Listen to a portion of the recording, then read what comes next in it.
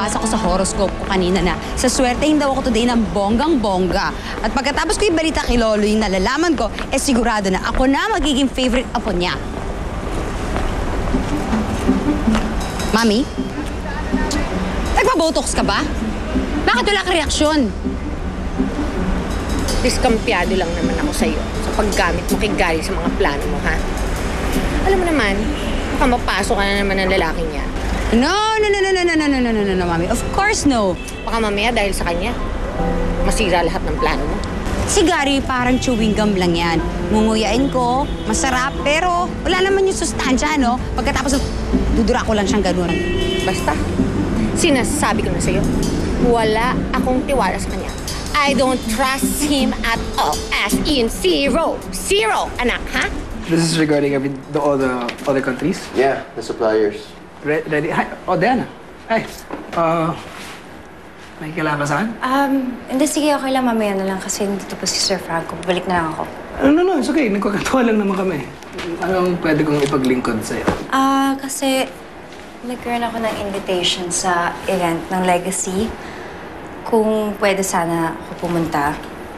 Hindi naman ako pupunta doon bilang SGC employee. Punta ako doon bilang apo ng lolo ko. Tsaka I promise hindi naman din ako mag-discuss ng kahit anong detail about the company or... It's okay. Gusto mo makita pamilya mo? Ano mas madal? Pinabayagan mo ako? Talaga? Thank you so much. Sige, gusto tayo. Thank you again. Piniyaga mo? Your mom won't be happy to hear this. I don't need my mom's permission just to make all these decisions. I mean, every decision ba kailangan ba siya? No, gusto ko lang kasi magtiwala siya sa akin. Pinapakita ko na meron akong tiwala sa kanya. So sana in return, yun. Bakit naman ganun? Maganda naman yung balita niya sa akin na balak bilhin ng SGC yung ganda papaya. So, Uy? Ha? Ano ka mo? Ano? Ganda pa peso? Ay, naku, anak. May best friend ako. Kinuwento niya sa akin, ang ganda-ganda daw talaga ng sabon na yan. Diyos ko, dati negrita siya. Ang pangit-pangit niya. Pero ngayon, anak, why? Sobrang puti at kinis-kinis pa niya. Naku, okay daw yung sabon na yan. bakit hindi yun ang pinagamit mo sa akin ng bata ako?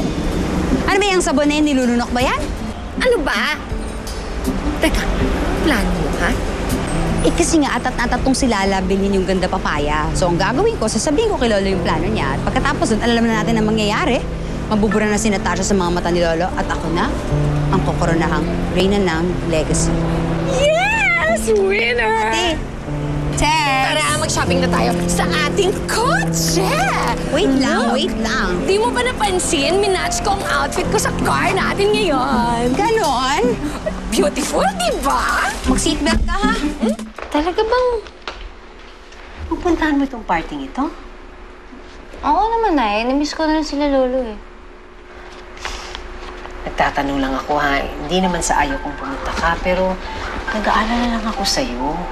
Baka hindi maging maganda ang pagtanggap ng mga tao sa'yo doon dahil nasa SGC ka na.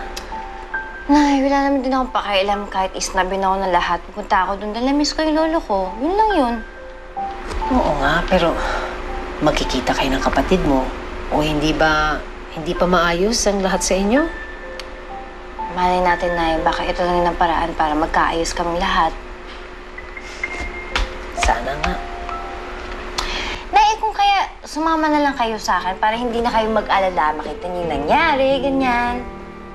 Diyos ko naman, anak. Hindi naman ako mahigil sa party-party na yan. Nay, sige na ngayon lang. Sigurado naman baka matuwa sila lolo na makita pa kayo. Na-miss kayo nun, sigurado ako. Sige na, Nay. Ngayon lang. Dali na. Sige na nga, sasama na ako. Paano naman ako hindi sa'yo? Kasi diba, Nay, nakakamiss na minsan silang lahat. Naisip ko lang, Bia. Sige.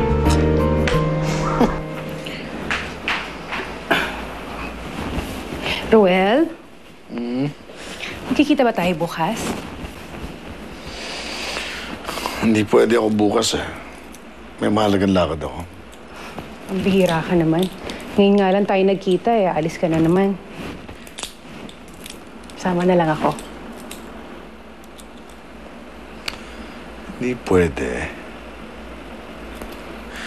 Tsaka magiging abala ka lang doon. Pupunta ako sa Legacy. May party sila. Isang malaking event na pinagandaan nila. Doon ako pupunta.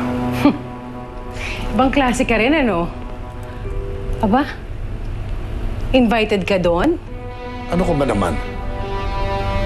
Paano nila ako iimbitahin? Besides, hindi ko naman kailangan ng imbitasyon doon eh. Gagawa ako ng paraan para magkita kami ni Don Romualdo. At hindi rin ako tatigil hanggat hindi niya binibigay lahat ng mga demands ko. Pasok! Ready to go? Wait lang, Lolo. Sobrang nagmamadali ka naman. Nagme-makeup pa ako. Wait lang. Maganda ba yung suot ko? Perfect. Looks good on you. Thank you, Lolo. Meron ako ibibigay sa iyo. Kay Estrella ito sa lola mo.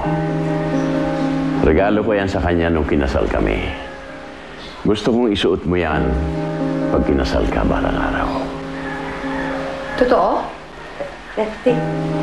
Thank you naman, Lolo. Ngayon na ako nakatanggap ng ganito. Thank you. Ako dapat magpasalamat sa iyo. You've done a lot for the company, especially in our time of crisis. You've proven yourself capable of running Legacy.